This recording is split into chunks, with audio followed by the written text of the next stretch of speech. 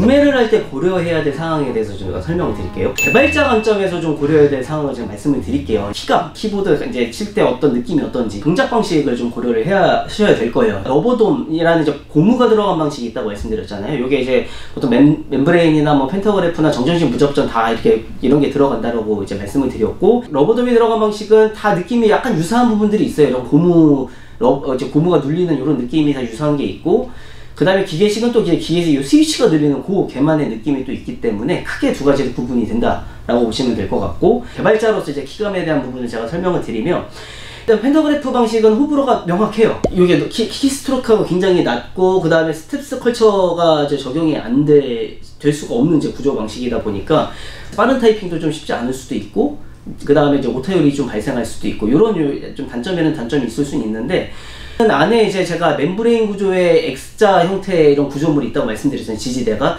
그러다 보니까 구분 자체는 있는 편이에요. 근데 여기 이제 좋은 펜타그래프 같은 경우에는 구분감이 또 명확하게 잘 느껴지고 해서 개발용으로도 쓰시는 분들이 은근 많아요. 구분감은 피드백이라고 보시면 될 거예요. 키를 눌렀을 때 오는 이제 이런 반응이라고 보시면 되는데, 구분감이 이제 강하게 있는 버전은 갈축이나 무접점 방식. 가격이 이제 약간 좀 부담이 된다라고 하면은 스텔스 컬처 2가 적용된 멤브레인 이런 방식도 구분감이 꽤 괜찮게 있는 방식이고요. 리니어 같은 경우에는 구분감이 없는 방식이죠. 제가 쑥쑥 눌리는 방식이라고 말씀드렸죠.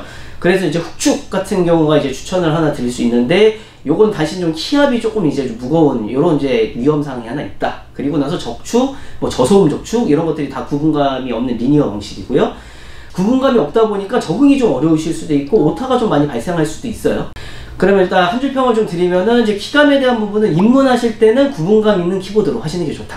그 다음에 이제 키스트로크라는 부분이 있어요. 눌렀을 때 이게 눌리는 요 깊이. 키스트로크가 굉장히 이제 깊은 것들은 조금 들어가는 느낌이 굉장히 깊을 거고, 이런 멤브레인 같은 방식 같은 경우에는 키스트로크하고 굉장히 낮겠죠. 여기 살짝만 눌러도 바로 들어가니까. 이런 차이가 이제 키감의 차이를 만들어준다. 키피치라는 게 있어요. 이건 이제 캡과 키캡 사이의 간격이라고 보시면 되는데, 요 키와 요 키 사이 거리, 요게 이제 너무 떨어져 있고 혹은 너무 붙어 있고 이런 거에 따라서 키 치는 느낌이 좀 달라지겠죠. 이제 일반적인 사이즈의 키보드는 요 키피치가 거의 다 균일하게 적용이 되어 있기 때문에 크게 뭐 다르거나 불편하진 않으실 건데, 좀 슬림한 키보드를 찾으시다 보면은 요 키피치가 극단적으로 조금 좁다든지 이래서 좀 치기가 불편한 이런 키보드들이 또 있기도 해요. 그래서 그런 것들은 조금 더 고민을 하셔야 되고요.